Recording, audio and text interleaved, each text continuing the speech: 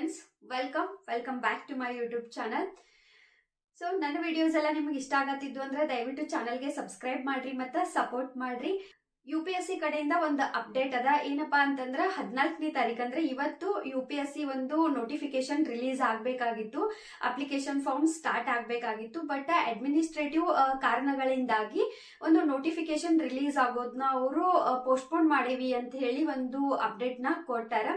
And ಆ ಒಂದು message ಒಳಗ ಯಾವುದೇ ರೀತಿ ನೆಕ್ಸ್ಟ್ ಯಾವಾಗ ನೋಟಿಫಿಕೇಶನ್ ರಿಲೀಸ್ ಆಗ್ತೈತಿ ಅನ್ನೋ ಡೇಟಾ ಏನು ಅನೌನ್ಸ್ ಮಾಡಿಲ್ಲ. ಬಟ್ 1 ವೀಕ್ ಅಥವಾ 10 ಡೇಸ್ ಒಳಗಾಗಿ ಅಗೇನ್ ನೋಟಿಫಿಕೇಶನ್ ರಿಲೀಸ್ ಆಗ್ತದ.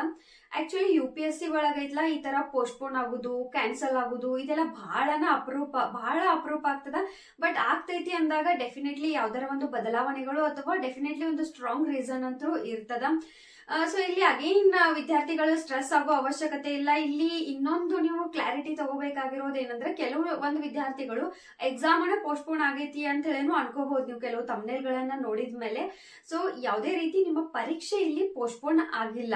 ಏನು ಮೇ 24ಕ್ಕೆ ಪ್ರಿಲಿಮಿನರಿ ಪರೀಕ್ಷೆ ನಡೆಯೋದೈತ್ಲ ಅದು ಕರೆಕ್ಟ್ ಅದೇ ಡೇಟಿಗೆ ನಡೀತದ. ಎಕ್ಸಾಮ್ ಪೋಸ್ಟ್ಪೋನ್ ಆಗಿಲ್ಲ, ಜಸ್ಟ್ ನೋಟಿಫಿಕೇಶನ್ ಬರೋದು ಒಂದು ಪೋಸ್ಟ್ಪೋನ್ ಆಗತೈತೆ ಅಷ್ಟ. ಇದರಿಂದ ವಿದ್ಯಾರ್ಥಿಗಳಿಗೆ ನಿಮಗೆ ಬೆನಿಫಿಟ್ ಅನ್ನ ಐತಿ. ಸೊ ಹೆಂಗಂತಂದ್ರೆ ಇವಾಗ OBC ಒಂದು ಸ್ಟೂಡೆಂಟ್ಸ್ ಆಗಿರ್ಬೋದು, EWS ಆಗಿರ್ಬೋದು, ನೀವು ಕೆಲವು ಸರ್ಟಿಫಿಕೇಟ್ಸ್ ನ ಮಾಡ್ಕೊಳ್ಳೋ ಒಂದು ಗೊಂದಲದೊಳಗದೇರಿ.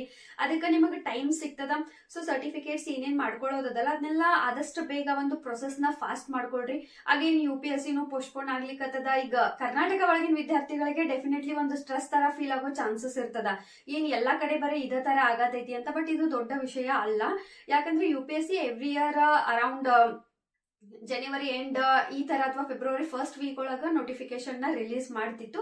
ಸೊ 1 ವೀಕ್ ಅಥವಾ 10 ಡೇಸ್ ಒಳಗೆ ನೋಟಿಫಿಕೇಶನ್ ಅಂತೂ ರಿಲೀಸ್ ಆಗ್ತದ. ಅಂಡ್ ಎಕ್ಸಾಮ್ ಡೇಟ್ ಕೂಡ ಆಲ್ರೆಡಿ ಅನೌನ್ಸ್ ಮಾಡಿದ್ದನೇ ಇರೋದ್ರಿಂದ ಇದಕ್ಕೆ ನಿಮ್ಮ ಸ್ಟಡಿಗೆ ಯಾವುದೇ ರೀತಿ ಅಫೆಕ್ಟ್ ಆಗಬಾರ್ದು. ಆರಾಮಾಗಿ ನಿಮ್ ಪ್ರಿಪರೇಷನ್ ಕಡೆ ಫೋಕಸ್ ಮಾಡ್ರಿ. ಬಹಳ ಕಡಿಮೆ ಟೈಮ್ ಐತಿ, 5 ತಿಂಗಳು ಕೂಡ ಉಳಿದಿಲ್ಲ. ಒಂದ್ 4-4.5 ತಿಂಗಳ ಅಷ್ಟ ಸಮಯ ಇರೋದ್ರಿಂದ ನಿಮ್ಮ ಒಂದು ಪ್ರಿಪರೇಷನ್ ನ ಇನ್ನೂ ಸ್ಟ್ರಾಂಗ್ ಮಾಡ್ರಿ. ಆದಷ್ಟು ಬೇಗ ಒಂದು 5 ತಿಂಗಳೊಳಗ ಅಥವಾ 4 ತಿಂಗಳೊಳಗ ಯಾವ ತರ ಒಂದು ಸಿಲೆಬಸ್ ನ ಕವರ್ ಮಾಡಬೇಕು ಪ್ರಿಲಿಮಿನರಿ ಪರೀಕ್ಷೆದ್ದು ಅನ್ನೋದೊಂದು ಸ್ಟ್ರಾಟಜಿ ಕೂಡ ನಾನು ಶೇರ್ ಮಾಡ್ತೀನಿ ನಿಮ್ ಜೊತೆ.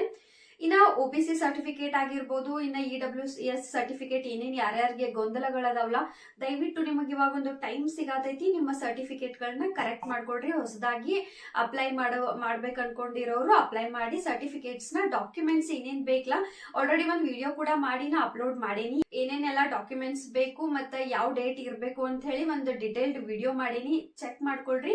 ಎಲ್ಲಾ ಡಾಕ್ಯುಮೆಂಟ್ಸ್ ಗಳನ್ನ ರೆಡಿ ಮಾಡಿ ಇಟ್ಕೊಳ್ರಿ. ಯಾಕಂದ್ರೆ ಆಮೇಲೆ ನಿಮಗ ಅಪ್ಲಿಕೇಶನ್ ಫಾರ್ಮ್ ಸ್ಟಾರ್ಟ್ ಆತಂದ್ರೆ ಒಂದು 20 ಡೇಸ್ ಅಷ್ಟ ಟೈಮ್ ಸಿಗ್ತದ. ಹಿಂಗಾಗಿ ಏನೇನೆಲ್ಲ ಡಾಕ್ಯುಮೆಂಟ್ಸ್ ಬೇಕಾಗ್ತದ ಅದನ್ನೆಲ್ಲಾನು ರೆಡಿ ಮಾಡಿ ಇಟ್ಕೊಳ್ರಿ. ಐ ಹೋಪ್ ಈ ಒಂದು ಪುಟ್ಟ ಇನ್ಫಾರ್ಮೇಶನ್ ನಿಮ್ಗೆ ಯೂಸ್ಫುಲ್ ಆಗೈತೆ ಅನ್ಕೋತೀನಿ. ನೆಕ್ಸ್ಟ್ ವಿಡಿಯೋ ಸಿಗೋಣ. Thank you.